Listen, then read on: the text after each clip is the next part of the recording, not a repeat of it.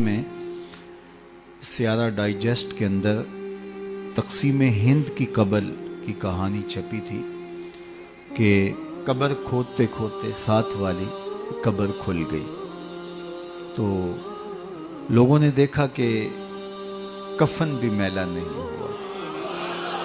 شوق اور جستجو کی چنگاریاں مزید روشن ہوئیں اور ایک اینٹ گری تھی تو دوسری اینٹ خود نکال دی تو دیکھا کہ اندر تازہ گلاب کھلے ہوئے ہیں.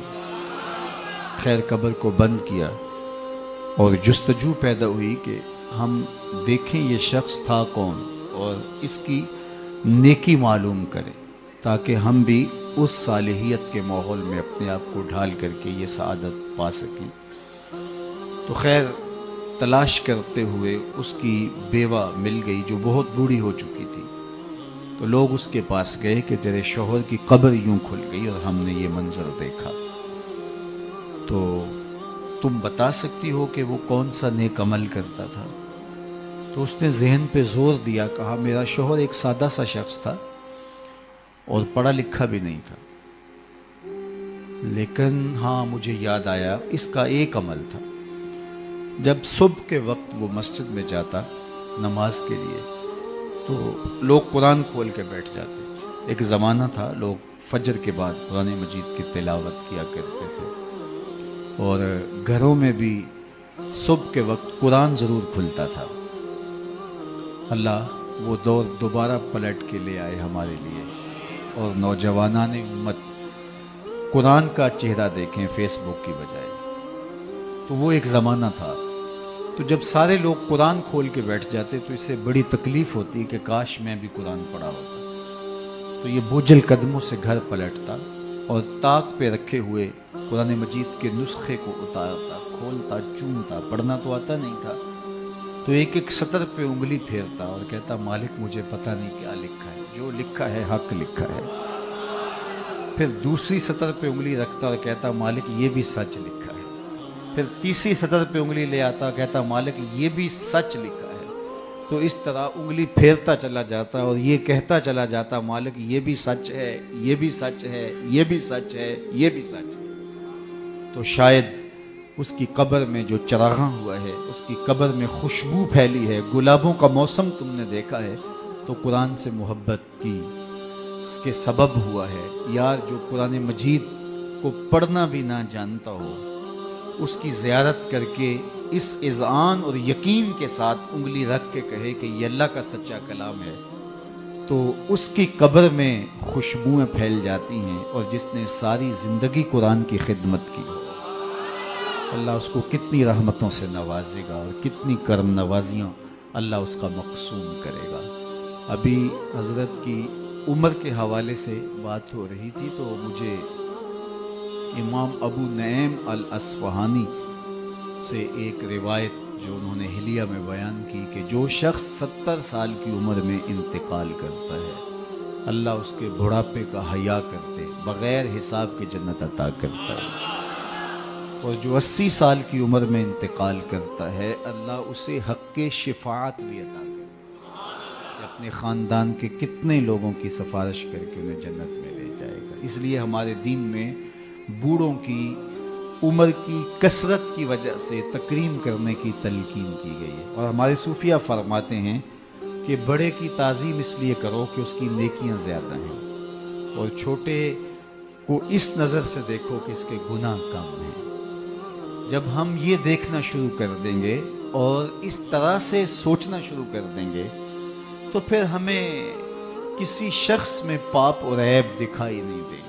ہمارا مطمع نظر, ہمارا انداز نگاہ یہ ہے کہ ہم دوسروں کی طرف عیب کی نسبت کرتے ہیں اور سمجھتے ہیں کہ ہم دودھ کے دھلے ہوئے ہیں, جبکہ کسی کی طرف انگلی اٹھانے سے قبل یہ سوچنا چاہیے کہ باقی ساری انگلیاں اپنی طرف اٹھ رہی ہیں. تو اپنے آپ کو ستھرا بتانے کی بجائے لوگوں کو اس نظر سے دیکھو کہ وہ پاک ہیں. اور اللہ تعالیٰ نے بالخصوص جو میں نے عرض کیا یہ بات ضمناً آ گئی کہ بڑھاپے کا حیا کیا ہے. حضرت بایزید بسطامی کی 72 سال کی عمر میں ان کا وصال ہوا تو جب قبر میں گئے تو بعد میں کسی کو خواب میں ملے تو اس نے کہا کہ سناؤ کیا ماجرا ہوا. کہا میرے مالک نے مجھے جب حاضر ہوا تو کہا اے بوڑھے بتا میرے پاس کیا لے کر آیا ہے؟ تو میں نے کہا مالک بادشاہوں کی چوکھٹ پہ جب فقیر آئیں تو شہنشاہ یہ تو نہیں پوچھا کرتے کیا لے کر آئے ہو، فقیروں کو تو یہی پوچھا جاتا ہے کیا لینے آئے ہو، میں تیری رحمت کا سوالی بن کے آیا ہوں۔ اللہ نے بغیر حساب کے میری مغفرت فرما، میری بخشش فرما دی۔ اور جنہوں نے اپنی زندگیاں راہ دین پہ گزاری ہیں، حضرت سیدنا عمر رضی اللہ تعالیٰ عنہ فرماتے ہیں کہ آقا کریم علیہ السلام نے ارشاد فرمایا کہ جس شخص کے مرنے کے بعد 4 لوگوں نے اس کی اچھائی کی گواہی دے دی وہ جنتی ہے۔ 4 لوگوں نے کہا یہ بہت اچھا شخص تھا۔ تو حضرت عمر کہتے ہیں میں نے عرض کی یا رسول اللہ صلی اللہ علیہ وسلم اگر کسی کے پاس 4 گواہ نہ ہوں 3 گواہ ہوں تو آقا کریم نے فرمایا وہ بھی جنتی ہے۔ حضرت عمر فرماتے ہیں کہ میں نے عرض کی یا رسول اللہ صلی اللہ علیہ وسلم اگر کسی کے پاس 3 گواہ بھی نہ ہو 2 گواہ ہوں تو آقا کریم نے اس کے لیے بھی یہی بشارت دی۔ حضرت عمر فرمایا کرتے تھے ایک کے بارے میں نے پوچھا نہیں حضور نے بتایا نہیں، تو جس کو 2 گواہ بھی مل گئے اچھائی کے کہ وہ صالح تھا وہ نیک تھا تو اس کے لیے جنت کے در کشادہ ہیں، اور جس کی نیکی کی، جس کے تقوی کی، جس کی خدمت قرآن کی زمانہ گواہی دے، بتاؤ اللہ کتنی ناز برداریاں کرے گا۔ جانا تو سب نہیں ہے، یہاں کسی نے بیٹھ نہیں رہنا، 100 سال بھی جئیں گے تو یہاں سے رخصت ہونا پڑے گا۔ کج کلاہوں نے بھی، شہنشاہوں نے بھی یہاں سے رخصت ہونا ہے، جن کا طوطی بولتا ہے، جن کے نقارے بجتے ہیں وہ بھی یہاں نہیں بیٹھ رہے ہیں۔ موت ہے ہنگامہ آرا کلزم خاموش میں، ڈوب جاتے ہیں سفینے موج کی آغوش میں۔ یہاں بڑے بڑے پہلوان، بڑے بڑے کج کلا اور شہنشاہ باقی نہ رہے۔ کسی نے دیکھا مقدونیہ میں ایک بوڑھی عورت ایک قبر پہ بیٹھی ہے، تو کہا کہ یہاں کیا کر رہی ہو؟ کہا یہاں میرا بیٹا سکندر دفن ہے۔ اس نے کہا کہ بڑھیا یہاں کئی سکندر آئے اور چلے گئے، تو یہ دنیا یہاں کسی نے نہیں بیٹھ رہنا، سب نے چلے جانا ہے، لیکن جانے کے انداز بھی نرالے ہوتے ہیں۔ ایک وہ ہوتے ہیں کہ جب جاتے ہیں تو لوگ کہتے ہیں خس کم جہاں پاک جان چھوٹی، اور بہت بات لوگ کریں گے اور مروتاً کچھ کہیں گے بھی تو بعض کہتے ہیں جی ساڑھے نال تے چنگا ہی تھا۔ مطلب کیا ہے کہ وہ اچھا آدمی نہیں تھا، جیسے میرے ساتھ اس نے زیادتی نہیں کی، ہمارے ساتھ تو اچھا ہی تھا۔ تو وہ کیسا شخص ہے کہ جس کے بارے میں اچھائی کے لفظ بولنے کے لیے بھی لفظوں کو تراشنا پڑے کہ لوگ کہیں کہ یہ غلط بیانی کر رہا ہے، اور وہ کتنا خوش نصیب ہے کہ جس کی تعریف کرتے ہوئے بے جھجک لفظ بولنے سے جو ہے وہ انسان شرمندگی محسوس نہ کرے کہ اس کی زندگی اس طہارت میں، اس پاکیزگی میں، اس عفت میں بسر ہوئی کہ اس نے ساری زندگی راہ خدا میں زندگی گزاری۔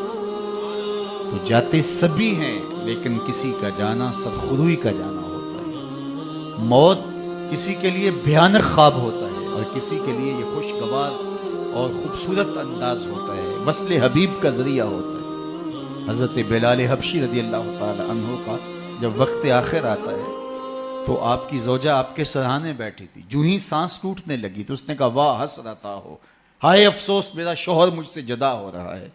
تو حضرت بلال حبشی نے پلٹ کے دیکھا اور اپنی زوجہ سے کہا یہ تم کیا بول رہی ہو؟ کہا ہاں آپ مجھ سے جدا ہو رہے ہیں۔ فرمایا یہ حسرت بڑے لمحے نہیں ہے، یہ دکھ کی کہانی نہیں ہے، بلکہ میں تو اپنے آقا محمد عربی سے ملنے جا رہا ہوں۔ تو یہ وصل محبوب کا ذریعہ ہے۔ حضرت یعقوب علیہ السلام، حضرت ابراہیم علیہ السلام کے پاس جب ملک الموت آئے اللہ کی طرف سے پیغام لے کر کے، تو انہوں نے کہا کہ میں قبض روح کے لیے آیا ہوں۔ حضرت خلیل نے کہا کہ عجیب بات ہے، میرا رب مجھے اپنا خلیل بھی کہتا ہے۔ خلیل کہتے ہیں گوڑے یار کو، تو میرا رب مجھے اپنا خلیل بھی قرار دیتا ہے، اور کیا کوئی یار بھی یار کی موت چاہتا ہے؟ اور تمہیں قبض روح کے لیے بھیجا؟ کہا میں تو حکم کا پابند ہوں، عبد معمور ہوں، بارگاہ عزتی میں دوبارہ حاضر ہوئے، تیرے بندے کے پاس حاضر ہوا تھا، اور یہ میسج ہے تیرے بندے کا تیرے نام کہ کیا کوئی یار بھی یار کی موت چاہتا ہے؟ تو کہا اے اسرائیل پھر جا میرے خلیل کو میرا سلام دے اور کہے کبھی ایسا بھی ہوا ہے یار یار کو بلائے اور وہ ملنے بھی نہ آئے؟ تو روح بے چین ہو گئی، کہا دیر نہ کر جلدی قبض کر